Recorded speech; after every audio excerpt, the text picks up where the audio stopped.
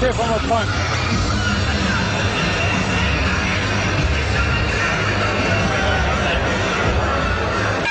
Okay, round. Him out, meaning pa konti-konti, huwag maging super excited. Saktan mo siya, pick your punches. Pero sabi ni Jonathan, wala na daw yung kalaban. Well, we weren't exactly counting out, pero nasaktan siya dun sa second round.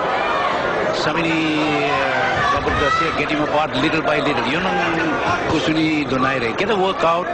Alam mo na, impress the fans. Yeah, kailangan, gusto niya talaga, impressive yung kanang panalo. You know, wow.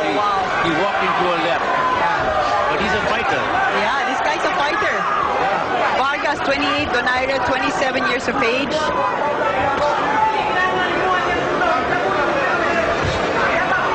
Binabati po natin mga fans, mga TFC subscribers sa Middle East, Europe, North America, Australia, Asia. Wow. Vargas is... Bigay todo, no? Parang nothing to lose kasi siya eh. Pag maka-chamber siya ng isang magandang suntok, baka sakaling maka-world title siya. Pero Donaire, taller, more skilled, working. Donaire is, oh wow! That's good. Wow, did you see that? Parang delayed reaction yung uppercut. Left uppercut. He's gone. He's At gone. mukhang hindi na makakabangon si Vargas. Tagumpay para sa Pinoy na si Nonito Donaire Jr. Lumapit si Donaire sa kanyang kalaban para siguraduhin na okay siya.